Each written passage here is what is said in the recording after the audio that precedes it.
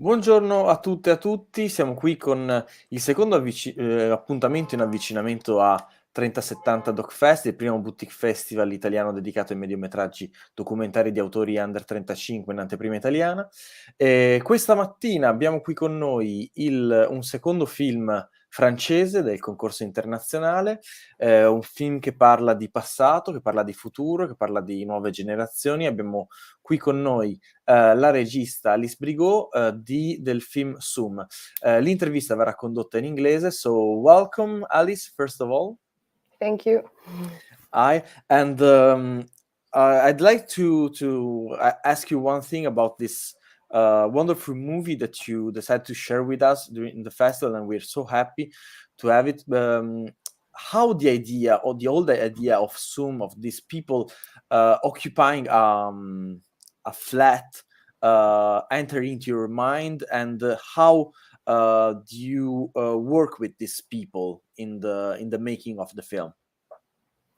So the movie originally was not about squatting. It really, like, the idea really came from its characters. So the three characters that are like the main protagonist of the movie are my friends. It's people I met in the squat community that I live in Paris, and the idea came from a situation where I met Inti's, one of the characters, so Inti's father, and he was. It was like this guy who's like French but traveled like all over the world to, I don't know, like encounter his spirituality.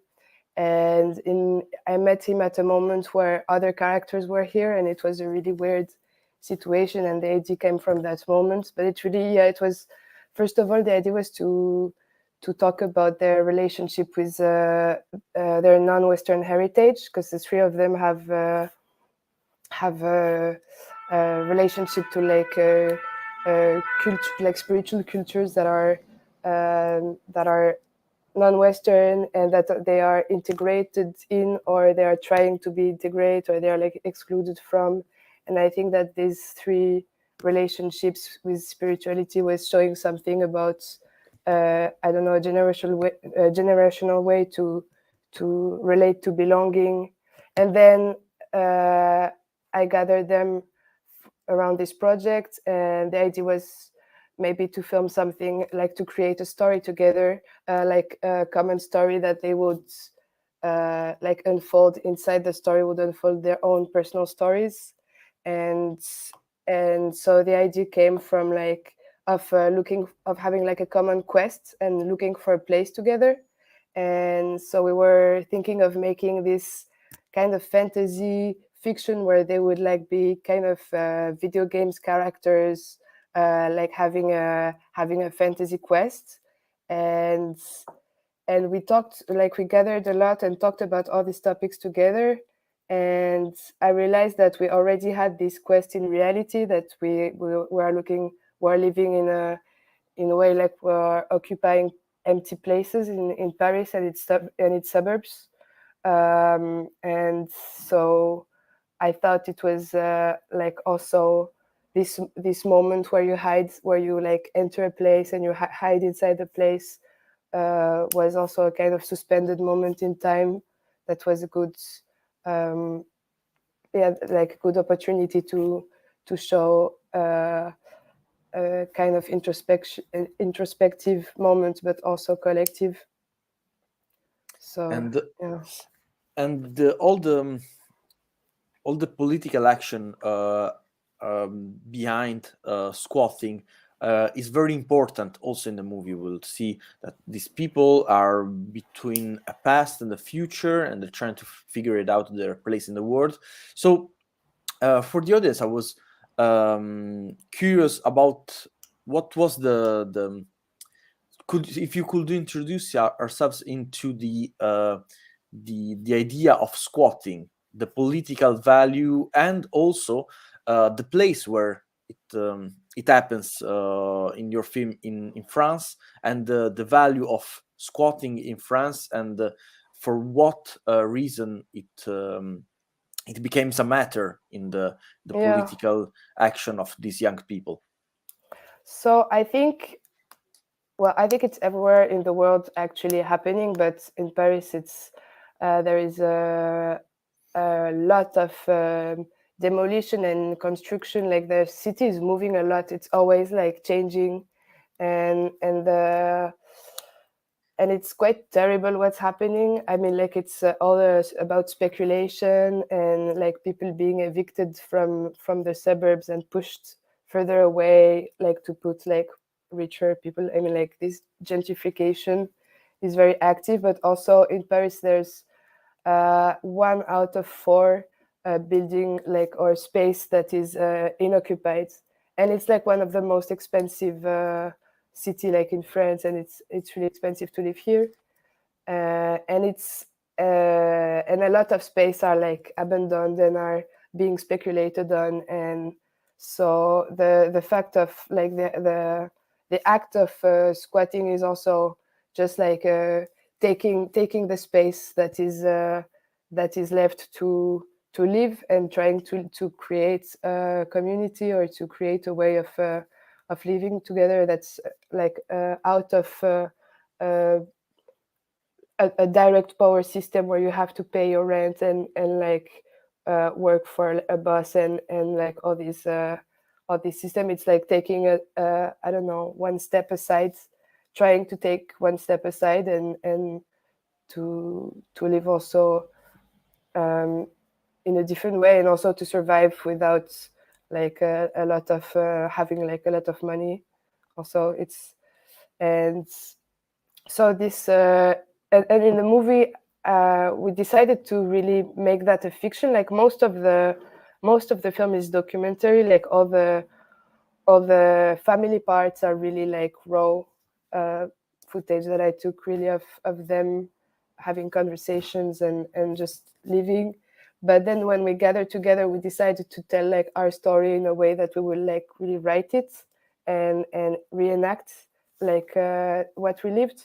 So and I decided I like found a place that was an abandoned bank, like a Bank of France, so really big one, and I really wanted this squatting to happen in a really like fast-juice place, like a really beautiful and I don't know, like really rich place, you know, and to have this kind of contrast also, and this kind of and also when they enter inside, like there's like a whole scene where they really play with the codes of power, like of like colonial power, but also this kind of bank boss characters. They all play characters and play roles, and it's something that's I don't know that is present also in our life. This kind of humor, and that I felt was also really important in a way, like to talk about political position. This humor and this way of playing with this absurdity of power and property and everything. And there are the film is a documentary, but in it we have a lot of very clear fictional scene, also fictional sequence, and I was wondering when this very fictional moment entered in your writing process. It was something that you that was clear for you from the beginning, or it arrives later? It arrives later in the process. Well, for me, it was a lot a movie about imaginaries also, and about. I think that also to talk about these topics, to talk about dream and imagination is very important, and sometimes it's as true as more raw scenes for me. And also, I wanted to play with that because, like, I think it happens in the middle of the movie, and I wanted it to be a switch where like what you really believe what you see is real, because it's all very raw and it can't be really played. I mean, it's quite clear that it is documentary, but then at some point there's also this like fantasy happening that can't be really like grabbed as documentary.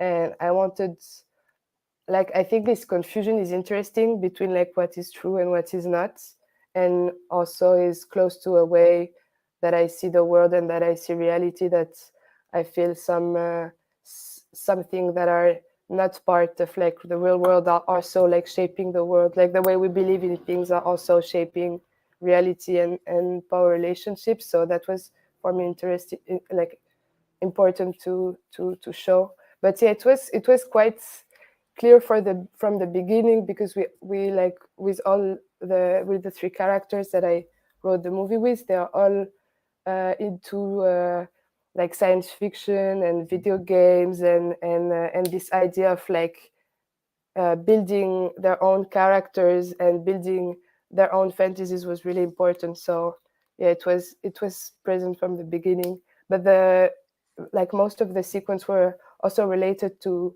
their relationship with beliefs and spirituality.